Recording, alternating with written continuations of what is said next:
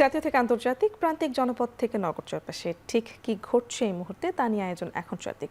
সঙ্গে রয়েছি শারমিন পুতুল। ডিপো থেকে পর্যাপ্ত সরবরাহ না থাকায় এখনও রাজধানীর অনেক পাম্প বন্ধ রয়েছে এবং যেসব ফিলিং স্টেশন খোলা রয়েছে সেখানেও বেড়েছে ভোগান্তি। এ নিয়ে আলোচনাতে তেজগাঁও থেকে যুক্ত হচ্ছেন হাসিবুল্লাহ। হাসিব, তেলের দাম বাড়ার পরও পরিস্থিতির কোনো উন্নতি নেই কেন, জানাবেন?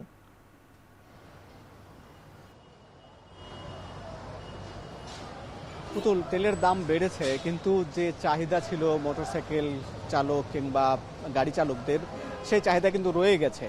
অর্থাৎ তেলের দাম বাড়ার পরেও তাদের যে চাহিদা যখন পূরণ হচ্ছে না, কাঙ্ক্ষিত পরিমাণ তেল পাচ্ছে না, তখন কিন্তু ভোগান্তিটা আগের মতো রয়ে গেছে। চালকরা বলছিলেন যে তারা দাম বাড়ানো হলেও অন্তত তারা যদি পাম্পে এসে তারা যদি দীর্ঘক্ষণ সিরিয়ালে না দাঁড়িয়েও যদি তেল পেতেন তবুও ভোগান্তি লাঘব হতো, কষ্ট কম হতো। কিন্তু তবুও কিন্তু ভোগান্তি দেখা যাচ্ছে। এই যে চালকরা দেখছেন, এই চালকরা প্রায় 2.5 থেকে 3 ঘন্টা পর এই পাম্পের এই চত্বরে এসে প্রবেশ করতে পারছেন এবং তারা যখন অবশেষে এখানে আসছেন তাদের মধ্যে কিন্তু একটা স্বস্তির হাসি দেখা যাচ্ছে।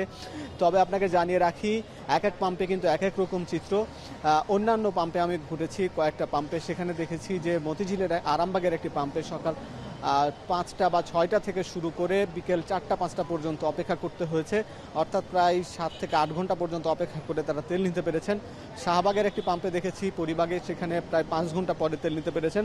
এখানেও কিন্তু 2 থেকে 2.5 ঘন্টা করে অপেক্ষা করতে হচ্ছে। অপেক্ষা করতেই হচ্ছে, কারণ এইটি প্রয়োজন। এছাড়া পাশাপাশি আপনাকে জানিয়ে রাখি যে অনেক পাম্পেই কিন্তু তেল পাচ্ছেন না অনেক গ্রাহকরা। এ কারণেই আমরা দেখেছি যে মতিঝিলের একটি পাম্পের প্রায় 2 থেকে 2.5 ঘন্টার মধ্যেই 2000 লিটার তেল শেষ হয়ে গেছে, যে কারণে প্রায় শত শত গ্রাহক সেখান থেকে ফিরে গেছেন। এছাড়া আরও বেশিরভাগ পাম্পে কিন্তু 3 থেকে 4 ঘন্টার মধ্যেই সব তেল শেষ হয়ে যায়, তাদের যে বরাদ্দ সেটি শেষ হয়ে যায়। এজন্য যাদের যে আগ্রহ ছিল বা যাদের যে চাহিদা সেটি পূরণ না হওয়ায় কিন্তু অন্যান্য যেখানে পাচ্ছেন সেখানে কিন্তু ভিড় জমাচ্ছেন। এছাড়া এই পাম্পের কথা যদি বলি, এখানে 18,000 লিটার অকটেন এসেছে এবং এই অকটেন থেকে যারা বাইক চালক রয়েছেন তারা ফুয়েল পাস থাকলে তারা 1000 টাকার তেল পাচ্ছেন। এছাড়া যদি ফুয়েল পাস না থাকে তাহলে 500 টাকার তেল পাচ্ছেন। তবে এছাড়া প্রাইভেট কার যারা চালক রয়েছেন তারাও কিন্তু এখানে 25 লিটার করে তেল পাচ্ছেন, আর মোটরসাইকেল চালকরা প্রায় 7 লিটার করে পাচ্ছেন। তবে এখানে সুখবর হচ্ছে, এই পাম্পে আগে দেয়া হতো 13,000 লিটার, কিন্তু এবার কিন্তু আজকে কিন্তু 18,000 লিটার এসেছে, যার কারণে প্রায় 12টা পর্যন্ত তেল নিতে পারবেন যারা বাইক চালক বা কার চালক তারা। তো সবকিছু মিলে এক এক পাম্পের এক এক রকম চিত্র। তবে ভোগান্তি রয়েছে, এর মধ্যেও কিছু যারা তেল পাচ্ছেন তাদের মধ্যে স্বস্তি দেখা যাচ্ছে। এই ছিল পুতুল সবশেষ খবর। রাজধানীর তেজগাঁও থেকে জ্বালানি সংকটের সবশেষ খবর জানাচ্ছিলেন হাসিবুল্লাহ।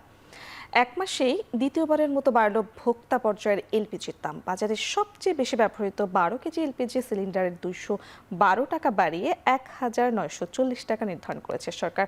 রোববার বিকেলে এলপিজির নতুন দাম ঘোষণা করেছে বাংলাদেশ জ্বালানি নিয়ন্ত্রক কমিশন, বিআরসি। নতুন এই দাম কার্যকর হয়েছে আজ সন্ধ্যা 6টা থেকেই। এপ্রিলের শুরুতে এক লাফে 387 টাকা বাড়িয়ে নির্ধারণ করা হয়েছিল 1,728 টাকা। সংস্থাটি বিজ্ঞপ্তিতে জানিয়েছে, মধ্যপ্রাচ্যে চলমান সংঘাত এবং হরমুজ ঘিরে অনিশ্চয়তায় স্বাভাবিক রুটের পরিবর্তে বিকল্প পথ ব্যবহার করতে হচ্ছে, যে কারণে এলপিজি পরিবহনে জাহাজের ভাড়া বৃদ্ধি পেয়েছে। এজন্য দেশের বাজারে এই দাম সমন্বয় করা হয়েছে।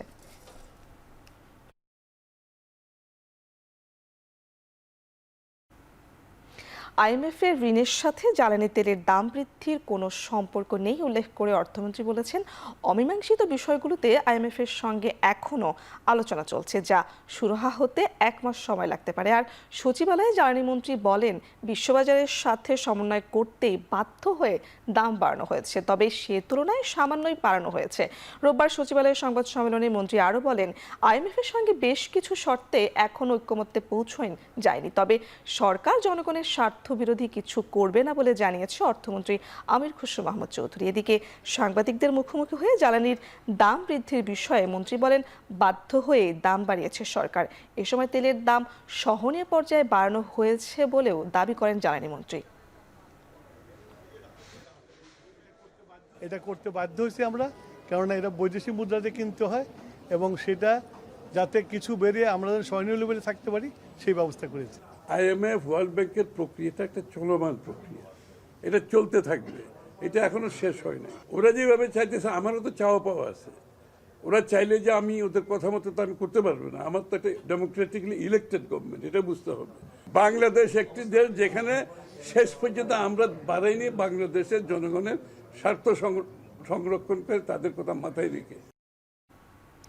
দেশে জ্বালানির সংকট নিয়ে অবৈধভাবে তেল মজুত, প্যানিক বাইংয়ের কারণে পাম্প তেলের কৃত্রিম সংকট দেখা দিয়েছে। এখন পর্যন্ত অভিযান চালিয়ে 5,42,000 লিটার জ্বালানি তেল উদ্ধার করা হয়েছে বলে জানিয়েছে বিদ্যুৎ ও জ্বালানি মন্ত্রী ইকবাল হাসান মাহমুদ টুকু। জাতীয় সংসদ অধিবেশনে কথা বলেন তিনি। এদিকে এবছর 9 এপ্রিল পর্যন্ত বিদ্যুতের বকেয়া বিল 52,300 কোটি 88 লাখ টাকা লাভ হয়েছে বলেও জানান তিনি। মন্ত্রী আরও বলেন, স্বচ্ছতার জন্য ঢাকা মহানগরে কয়েকটি পাম্পে পরীক্ষামূলক ফুয়েল পাস চালু হয়েছে, যা সফল হলে সারা দেশে চালু করা হবে। জ্বালানি খাতে আমদানি নির্ভরতা কমাতে পেট্রোবাংলার কূপ খনন বা পেক্স শক্তিশালী করা, বড়পুকুরিয়া সহ বিভিন্ন কয়লা খনি থেকে উত্তোলনের পরিকল্পনা নিয়েছে সরকার। এবং আমরা শিখতে চাই, তাকে যখন আমরা কোর্টে থেকে জেলখানার দিকে নিয়ে যাই, বিচারক বাদে নেমে গেলেন। জ্বালানি ও বিদ্যুৎ সাশ্রয়ের জন্য হাইকোর্ট বিভাগের সপ্তাহে 2 দিন বুধ ও বৃহস্পতিবার ভার্চুয়ালি বিচার কাজ পরিচালনার সিদ্ধান্ত হয়েছে। হাইকোর্ট বিভাগ প্রশাসন শাখা থেকে এই সংক্রান্ত নির্দেশনা জারি করা হয়েছে। নির্দেশনায় জানানো হয়, আদালত কর্তৃক তথ্য প্রযুক্তি ব্যবহার আইন অনুসরণ করে প্রতি সপ্তাহে 2 দিন ভার্চুয়াল কোর্ট পরিচালনা করা হবে। বিদ্যমান পরিস্থিতি মোকাবেলায় এই উদ্যোগের অংশ হিসেবে প্রতিটি একক বেঞ্চের বেঞ্চ অফিসার এবং দ্বৈত বেঞ্চের অন্তত একজন করে বেঞ্চ অফিসারকে প্রয়োজনীয় প্রস্তুতি নিতে বলা হয়েছে। 20 এপ্রিলের মধ্যে হাইকোর্ট বিভাগের আইটি শাখা থেকে জুম আইডি ও পাসওয়ার্ড সংগ্রহের নির্দেশনাও দেওয়া হয়েছে এই বিজ্ঞপ্তিতে। নিউমোরিং কন্টেইনার টার্মিনালের ভাগ্য নির্ধারণ হবে বলে জানিয়েছেন নৌ পরিবহন মন্ত্রী শেখ রবিউল আলম। দুপুরে চট্টগ্রাম বন্দরে এনসিটিতে আয়োজিত সংবাদ সম্মেলনে তিনি বলেন, দেশের অর্থনৈতিক প্রবৃদ্ধি ও বৈশ্বিক প্রতিযোগিতায় টিকে থাকতে চট্টগ্রাম বন্দরের সর্বোচ্চ ব্যবহার নিশ্চিত জরুরি। এজন্য বিদেশি বিনিয়োগ বাড়িয়ে বন্দরের কাজে গতিশীলতা বৃদ্ধি ও বিভিন্ন প্রকল্পে ব্যয় কমানোর উদ্যোগ নেওয়া হয়। এই টার্মিনাল জিপি ওয়ার্ল্ডকে দেওয়ার প্রসঙ্গে তিনি বলেন, তাদের ইতিবাচক প্রস্তাব ও শ্রমিকদের ন্যায্য দাবি আমলে নিয়ে পর্যালোচনা ও দেশের স্বার্থ রক্ষা করে এই বিষয়ে দ্রুত সিদ্ধান্ত নেবে সরকার। এ বিষয়ে সরকার জনগণের কাছে প্রতিশ্রুতিবদ্ধ।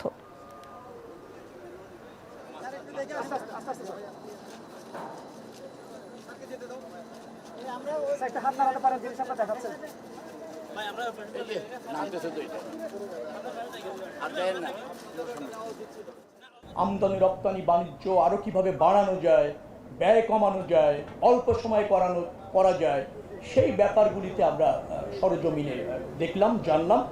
আমি আশা করছি অনেকটা এরকম যে চট্টগ্রাম পোর্ট সময়ের সাথে যেভাবে বিকশিত হওয়ার প্রয়োজন ছিল, সক্ষমতা অর্জন করার প্রয়োজন ছিল, সেটা করেছে।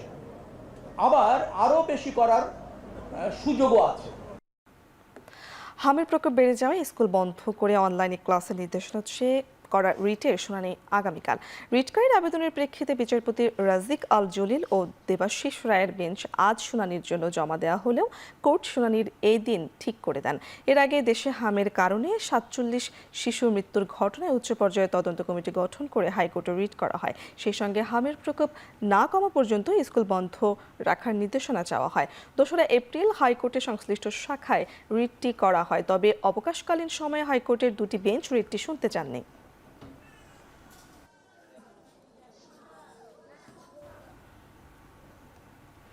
হামের সংক্রমণ নিয়ন্ত্রণে চাঁপাইনবাবগঞ্জে ব্যাপক টিকাদান কর্মসূচি শুরু করেছে স্বাস্থ্য বিভাগ। জেলার 2,01,897 জন শিশুকে হাম রুবেলা টিকার আওতায় আনার লক্ষ্য নির্ধারণ করা হয়েছে। রোববার দুপুরে সিভিল সার্জন কার্যালয়ে আয়োজিত এক মতবিনিময় সভায় এ তথ্য জানান civil surgeon doctor AKM Shahabuddin. তিনি জানান, গত 10 এপ্রিল থেকে জেলা সদর, শিবগঞ্জ ও ভোলাহাট উপজেলায় বিশেষ টিকাদান কার্যক্রম শুরু হয়েছে। সোমবার থেকে নাচল ও গোমস্তাপুর উপজেলাতেও এই কার্যক্রম চালু হবে। ধাপে ধাপে পুরো জেলা জুড়ে টিকাদান কর্মসূচি বিস্তৃত করা হচ্ছে। এ পর্যন্ত 1,43,037 জন শিশুকে টিকা দেওয়া হয়েছে বলেও জানান তিনি। এদিকে গত 24 ঘন্টায় জেলা সদর হাসপাতালে হামের উপসর্গ নিয়ে নতুন করে 28 জন ভর্তি হয়েছেন। বর্তমানে চিকিৎসাধীন রয়েছে 80 জন রোগী। এখন পর্যন্ত হামের উপসর্গ নিয়ে 8 শিশুর মৃত্যু হয়েছে।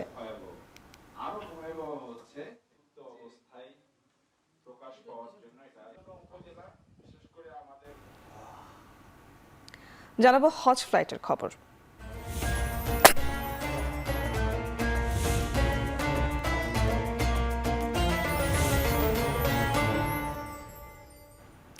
নির্বিঘ্নে চলছে এবারের হজ যাত্রা। এখন পর্যন্ত ব্যবস্থাপনা নিয়ে বড় কোনো অভিযোগ নেই যাত্রীদের। রোববার 14টি ফ্লাইটে 5,756 জন হজ যাত্রী সৌদি আরব যাওয়ার কথা রয়েছে। এর মধ্যে 5টি ফ্লাইট বিমান বাংলাদেশ এয়ারলাইন্সের হজ অফিস জানিয়েছে নিবন্ধিত যাত্রীদের মধ্যে প্রায় 100% যাত্রীর ভিসা সম্পন্ন হয়েছে। এর মধ্যে প্রায় 4,500 হজ যাত্রী সৌদি আরব পৌঁছেছেন। এবছর বাংলাদেশ থেকে সরকারি মাধ্যমে 4,565 জন এবং বেসরকারিভাবে 73,935 জন হজ পালনের জন্য যাবেন। সবশেষ হজ ফ্লাইট ছেড়ে যাবে 21 মে, আর হজ যাত্রীদের ফিরতি ফ্লাইট শুরু হবে 30 মে থেকে।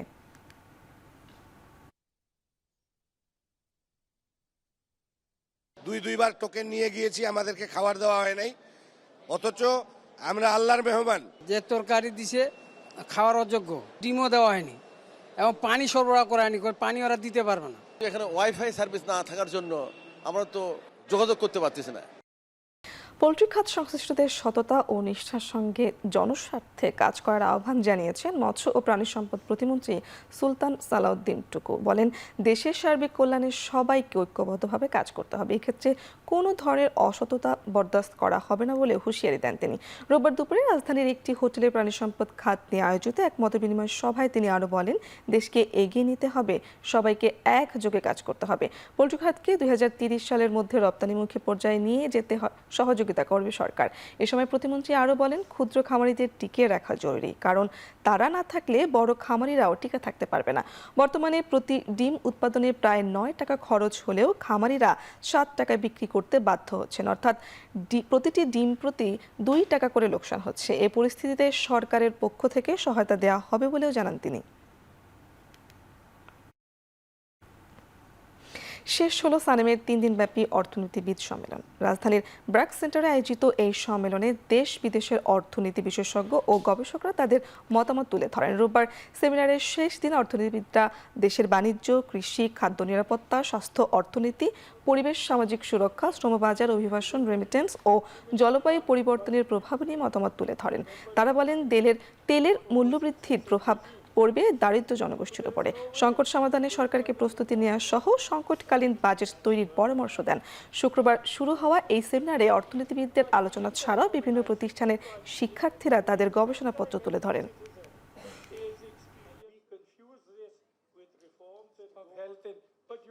বিরক্ত হলেও জুলাই আন্দোলন থেকে গড়ে ওঠা রাজনৈতিক প্ল্যাটফর্ম আপ বাংলাদেশ এনসিপিতে যোগ দিয়েছেন সংগঠনের কেন্দ্রীয় নেতারা। আপ বাংলাদেশের আহ্বায়ক আলী আহসান জুনায়েদ, মুখ্য সমন্বয়কারী রাফেজ সালমান রিফাত, মুখপাত্র শাহরিন সুলতানা ইরা সহ 33 নেতা রোববার বাংলা মোটরে এনসিপির কার্যালয়ে এ নিয়ে সংবাদ সম্মেলনে এনসিপির আহ্বায়ক নাহিদ ইসলাম বলেন, এনসিপিতে যোগদানের ক্ষেত্রে সাবেক পরিচয় মুখ্য নয়। ফ্যাসিস্ট কার্যক্রমের সাথে সম্পৃক্ততা নেই এমন ছাত্রলীগ নেতাকর্মীদেরও যোগদানেরও সমস্যা নেই। জুলাই সনদ নিয়ে সরকারি দলের কড়া সমালোচনা করে তিনি বলেন, বিরোধী মতকে বাক স্বাধীনতা হরণ করা হচ্ছে। গণভোটের রায় অস্বীকার করে সরকার রাজনৈতিক সমঝোতার বরখেলাপ করেছেন বলেও দাবি করেন তিনি। জ্বালানি তেলের কৃত্রিম সংকট তৈরি করে সিন্ডিকেটের মাধ্যমে সরকার দাম বৃদ্ধি করেছে বলে মন্তব্য করেন জাতীয় সংসদের বিরোধী দলীয় চিফ হুইপ ও এনসিপির আহ্বায়ক নাহিদ ইসলাম।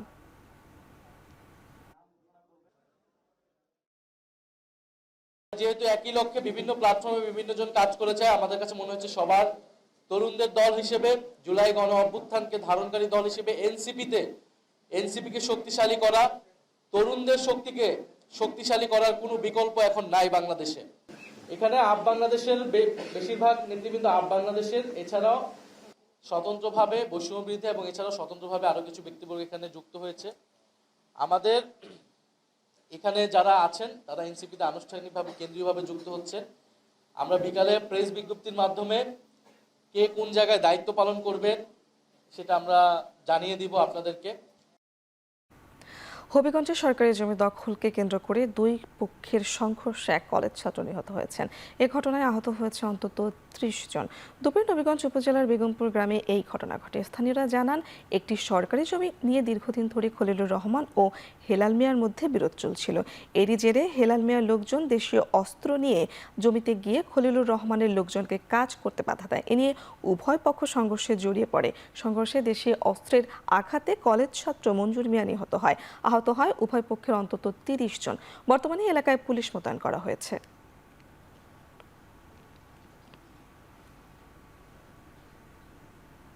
জমি সংক্রান্ত বিরোধের জেরে ধামরাইয়ে একই পরিবারের 6 জনকে কুপিয়ে জখম করেছে প্রতিপক্ষের লোকজন।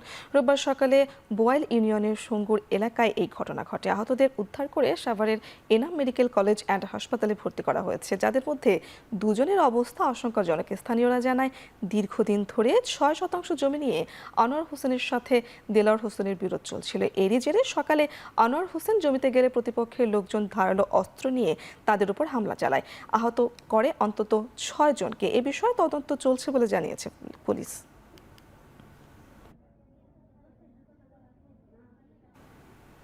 মানিকগঞ্জের শিশু আতিকা হত্যা মামলার প্রধান আসামি নাইম হোসেনকে শিশু সংশোধনাগারে পাঠানোর নির্দেশ দিয়েছে আদালত। রোববার দুপুরে তাকে আদালতে হাজির করা হলে নারী ও শিশু নির্যাতন দমন ট্রাইব্যুনালের বিচারক মোহাম্মদ আসামসুল জগলুল হোসেন এই আদেশ দেন। আসামি নাইম 164 ধারায় জবানবন্দি দিয়েছে বলে জানা গেছে। এর আগে শনিবার সকালে ঢাকার নবাবগঞ্জ এলাকা থেকে তাকে গ্রেপ্তার করে পুলিশ গত বৃহস্পতিবার সদর উপজেলার হাটিপাড়া ইউনিয়নের বনপাড়ির দক্ষিণ এলাকার একটি বিয়ের অনুষ্ঠান থেকে নিখোঁজ হয় 7 বছর বয়সী শিশু আতিকা। পরে রাতেই বাড়ির পাশের একটি ভুট্টা ক্ষেত থেকে তার মরদেহ উদ্ধার করা হয়। এই ঘটনায় আতিকার মা আরিফা আক্তার 5 জনকে আসামি করে থানায় মামলা দায়ের করেছেন। ঘটনার পর হত্যাকাণ্ডে জড়িত সন্দেহে স্থানীয়দের গণপিটুনিতে নাইমের বাবা ও চাচা নিহত হন।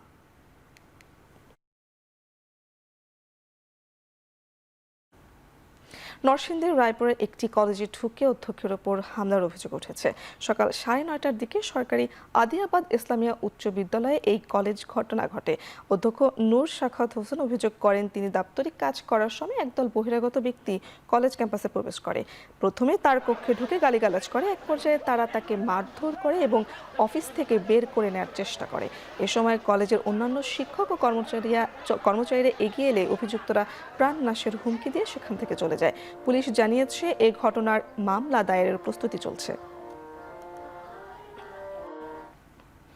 নারায়ণগঞ্জের সিদ্ধিরগঞ্জে জেলা প্রশাসনের অভিযানে অবৈধভাবে মজুতকৃত জ্বালানি উদ্ধার করা হয়েছে। বিকেলে গোদনাইল বার্মাস্ট্যান্ড এলাকায় পরিচালিত এই অভিযানে 1050 লিটার ডিজেল এবং 70.5 লিটার অকটেন জব্দ করা হয়। অভিযানটি পরিচালনা করেন জেলা প্রশাসনের সহকারী কমিশনার মোহাম্মদ তারিকুল ইসলাম।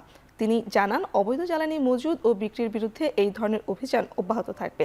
স্থানীয়ভাবে ডিপোগুলোকে কেন্দ্র করে অবৈধ জ্বালানি মজুদের অভিযোগের ভিত্তিতেই এই অভিযান পরিচালনা করা হয়। জব্দকৃত জ্বালানি পরবর্তীতে পদ্মা ডিপোর পরিচালক কর্মকর্তা সালেহ সামির কাছে বুঝিয়ে দেয় জেলা প্রশাসন। শেরপুরে চরাঞ্চলে ব্রিজ ও পাকা রাস্তা নির্মাণের দাবিতে মানববন্ধন করছে স্থানীয় বাসিন্দারা। সকাল 10টা থেকে দুপুর 1টা পর্যন্ত সদর উপজেলার কামারচরের এলাকায় প্রায় 3 কিলোমিটার সড়কে এই কর্মসূচি পালিত হয়। আয়োজকদের দাবি, এতে প্রায় 20,000 মানুষ অংশ নেন। কৃষক, শিক্ষার্থী, চাকরিজীবী এবং ব্যবসায়ীদের পাশাপাশি ঘোড়ার গাড়িও অংশ নেয় কর্মসূচিতে। সমাবেশে বক্তারা বলেন, কামারের চর বাজার থেকে 6 নম্বর চর পর্যন্ত পাকা সড়ক, দশানী নদীর ওপর ব্রিজ এবং নদী ভাঙন রোধে স্থায়ী বাঁধ জরুরি।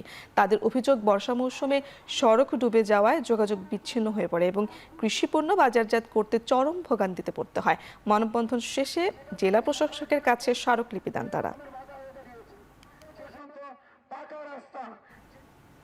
বর্ষার আগে চট্টগ্রাম নগরীর জলাবদ্ধতা নিরসনে খাল নালা পরিচ্ছন্নতা অভিযান শুরু করেছে সিটি কর্পোরেশন। এতে সন্তোষ প্রকাশ করেছেন সাধারণ মানুষ।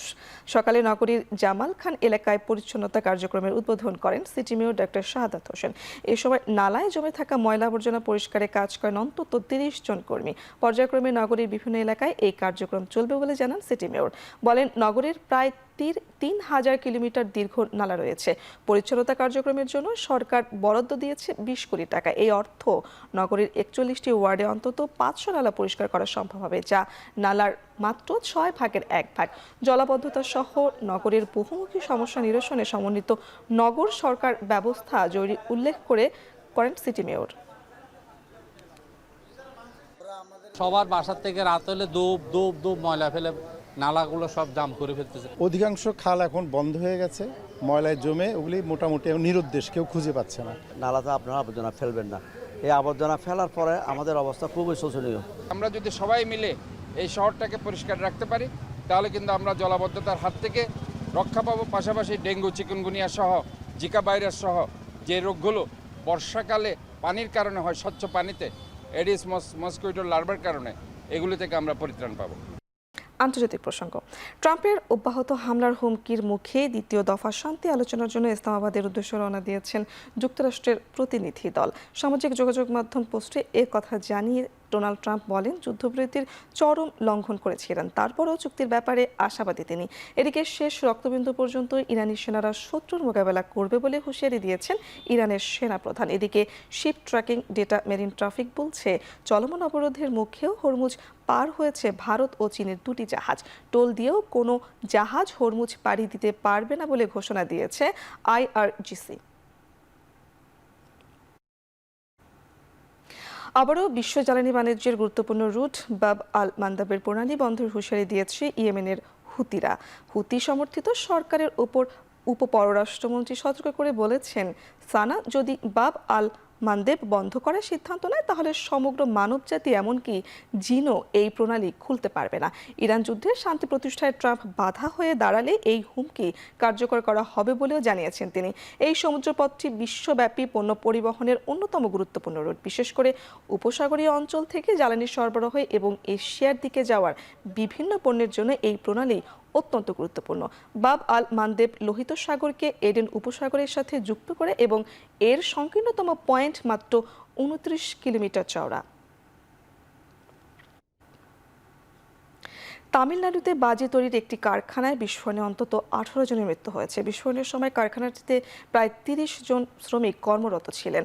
এই ঘটনায় আহত বেশ কয়েকজনের অবস্থা আশঙ্কাজনক। প্রাথমিকভাবে জানা যায়, কারখানার একটি ইউনিটের বারান্দার সামনে শ্রমিকরা কাঁচামাল প্রক্রিয়াজাত করার সময় হুট করেই বিস্ফোরণ হয়। মুহূর্তেই অন্তত 4টি ঘর বিধ্বস্ত হয়ে যায়। স্থানীয়দের দাবি, বিস্ফোরণের সময় 10 কিলোমিটার দূর পর্যন্ত শোনা গেছে। আশপাশের শহর থেকে আসা দমকল কর্মীদের 1 ঘন্টার বেশি সময়ের চেষ্টায় আগুন নিয়ন্ত্রণে আসে। ধ্বংসস্তূপের নিচে বেশ কয়েকজন আটকা পড়েছে বলে আশঙ্কা করা হচ্ছে। এই ঘটনায় গভীর শোক জানিয়েছেন ভারতের রাষ্ট্রপতি দ্রৌপদী মুর্মু এবং প্রধানমন্ত্রী নরেন্দ্র মোদী। মালয়েশিয়ার সাবাহ রাজ্যের উপকূলের ভাসমান একটি গ্রামে ভয়াবহ আগুনে পুড়ে গেছে প্রায় 1000 ঘরবাড়ি। আগুনের কালো ধোঁয়ায় ছেয়ে গেছে চারপাশ। দেশটির দমকল বিভাগ জানিয়েছে, রোববার বর্নিও দ্বীপের উপকূলীয় গ্রামটিতে ভয়াবহ এই আগুনে বাস্তুচ্যুত হয়েছে হাজার হাজার মানুষ। এতে ক্ষয়ক্ষতির মুখে পড়েছে অন্তত 9000 বাসিন্দা।